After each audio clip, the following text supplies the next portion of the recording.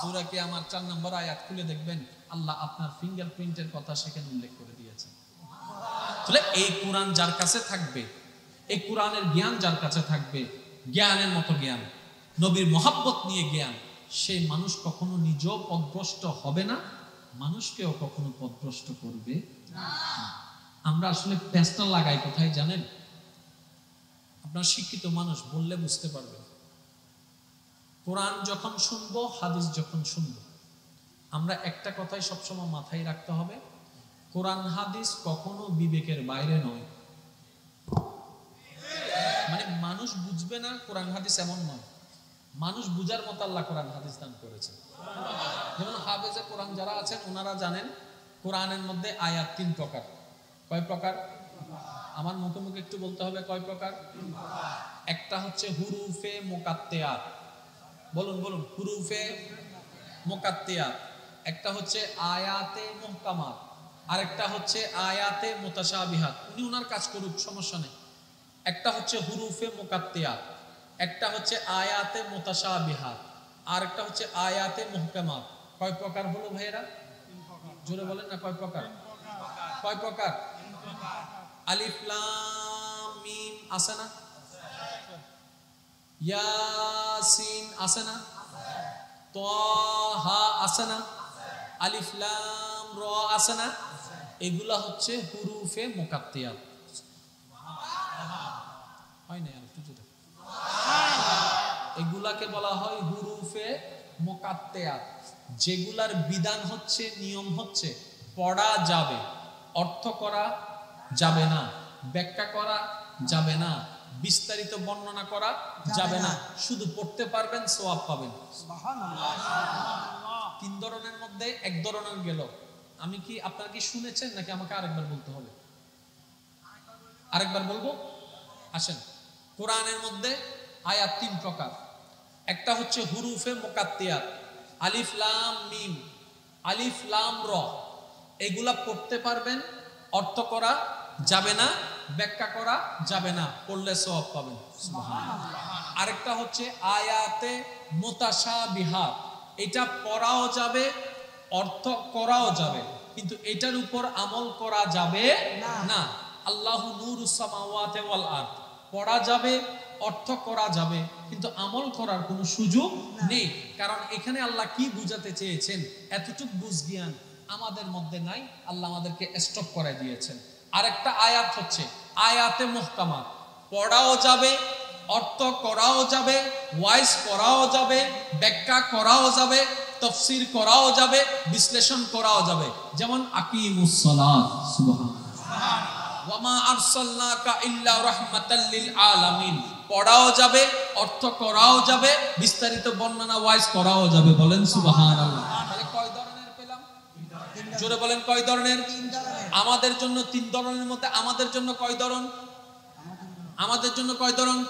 বাকি 2 ধরন আমাদের জন্য ক্যাপাসিটির মধ্যে নাই, কারণ হুরুফে মুকাত্তিয়াতের জ্ঞানও আমাদের কাছে নাই, আয়াতে মুতাশাবিহাতের জ্ঞানও আমাদের কাছে নাই। তাহলে কোরআনটা যদি আল্লাহ আমাদের জন্য দেয়, আয়াতে মুতাশাবিহাত আমাদের জন্য, হুরুফে মুকাত্তিয়াত আমাদের জন্য, কিন্তু আমরা যখন পড়তে যাই, আমাদের উস্তাদে মুকাররমরা, আলেমরা, আমাদের মুরব্বিরা যখন আমাদেরকে পড়াতেন আলিফ লাম মিম, অর্থ করতেন আলিফ লাম মিম, এরপর উনি বলতেন যালিকাল কিতাবু লা রাইবা ফি হুদাল লিল মুত্তাকিন, এরপর থেকে উনি শাব্দিক অর্থ শুরু করলেন, অর্থগত অর্থ শুরু করলেন, আয়াতগত অর্থ শুরু করলেন। আমরা উস্তাদকে বললাম, হুজুর আপনার কাছে শিখতে এসেছি, আপনি আলিফ লাম মিমের অর্থ করলেন না কেন? বলে যে আমার উস্তাদ আমাকে পড়ায় নাই, তোমাদেরকে কিভাবে পড়াবো, তোমাদেরকে কিভাবে জানাবো? হুজুর আপনার উস্তাদ পড়ায় না কেন? বলে যে আমার দাদা উস্তাদ ওনাকে পড়ায় নাই, ওনার দাদা উস্তাদ ওনাকে পড়ে নাই। তার মানে কি? পড়া যাবে, অর্থ করার মতো জ্ঞান আমাদের কাছে নাই। ও আল্লাহ, তাহলে কোরআনের মধ্যে তুমি এই হুরুফে মুকাত্তিয়াত দিলা কেন? রব্বে কারীম বলে, কোরআন তোমরাও পেয়ে পাবা, কোরআন নবীও পেয়েছে, কোরআন তেলাওয়াতকারী তোমরাও হবা, কোরআন তেলাওয়াতকারী নবীও হবে, কোরআন নিয়ে তোমরাও চলবা, কোরআন নিয়ে নবীও চলবে। তোমরা শুধু 3 ভাগের 1 ভাগ জানবা, বুঝবা, মাদ্রাসায় পড়ে, তাফসীর পড়ে 3 ভাগ কখনো জানবা না, কিন্তু আমি আল্লাহ 3 ভাগের জ্ঞান আমার নবীর অন্তরে দান করে প্রমাণ করে দিলাম, আমার নবী কারো মতই না। সুবহানাল্লাহ।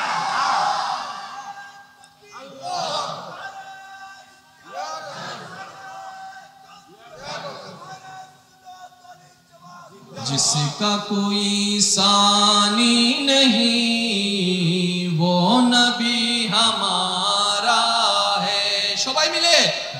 जिसका कोई सानी नहीं, वो नबी हमारा है, मुस्तफा की अज़मत का हदीना किनारा है। अल्लाहुम्मा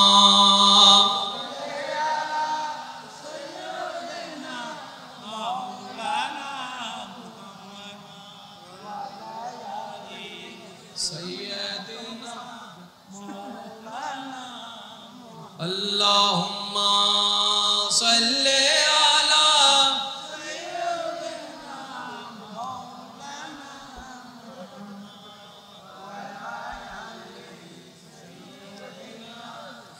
মাওলানা।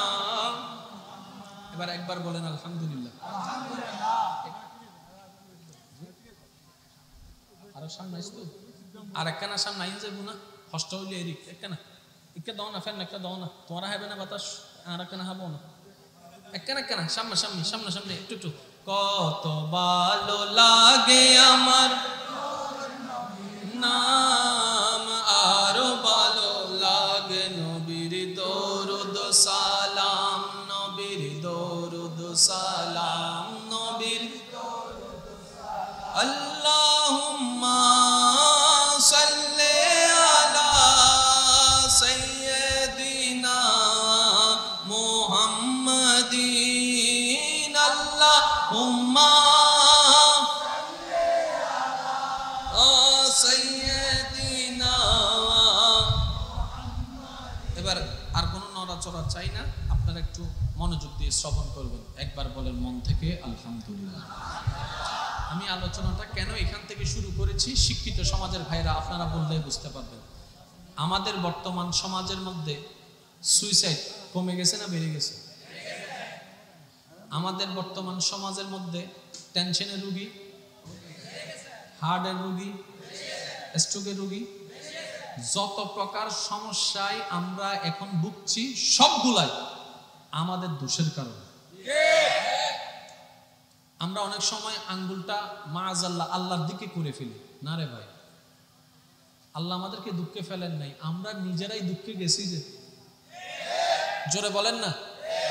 আচ্ছা, আপনার আল্লাহ কি কাউকে হারাম করতে বলতে পারে? আপনার আল্লাহ কি কাউকে নেশা করতে বলতে পারে? তো নেশায় গেছি আমরা, বলেন না, নেশায় গেছি, প্রেম করতে গেছি, সেকা খাইছি, কান্না করি, সুইসাইড করি, আল্লাহর দোষ কি? আল্লাহ তো আগে থেকেই বলেছেন বিবাহের পূর্বে কোনো প্রেম প্রীতি চলবে না। ছেলে তুমি আমার উপর ভরসা করো, ও মেয়ে তুমি আমার উপর ভরসা করো। যদি তোমরা তোমাদের ভবিষ্যৎ জীবনকে আমি আল্লাহর উপর তাওয়াক্কুল করে বিশ্বাস নিয়ে ছেড়ে দাও, আমি ওয়াদা দিলাম পবিত্র ছেলেটা ও বান্দি তোমার জন্য দিব, পবিত্র নারীটা ও বান্দা আমি তোমার জন্য দিব। সুবহানাল্লাহ। আল্লাহর ওয়াদা আছে না নাই? আরো জোরে বলেন আছে না নাই? আল্লাহর ওয়াদা আছে, আমরা সেদিকে যাচ্ছি না, তাহলে দোষ আমাদের। সেটা সবাই বলতে হবে দোষ আমাদের। এই বিশ্বের মধ্যে যে মন্দা অবস্থা সেটারও দোষ আমাদের। কিভাবে? আল্লাহ পাক জমিন দিছে কি দেয় নাই? ভাইজান একটু আওয়াজ দেন না। জমিন দিছে কি দেয় নাই? আবার সেই জমিনের মধ্যে আল্লাহ ফসল উঠার মতো ক্ষমতাও, চাষ করার মতো জ্ঞানও। আপনি দেখেন আজকে থেকে 50 বছর আগে বাংলাদেশের মানুষ কৃষি কাজের কাছে যে অবদানটা রাখতো, দিন দিন সেটা কমে আসছে, দিন দিন কমে আসতেছে। যার কারণে আমাদের উর্বর জমিগুলাই আমরাই নষ্ট করে ফেলছি।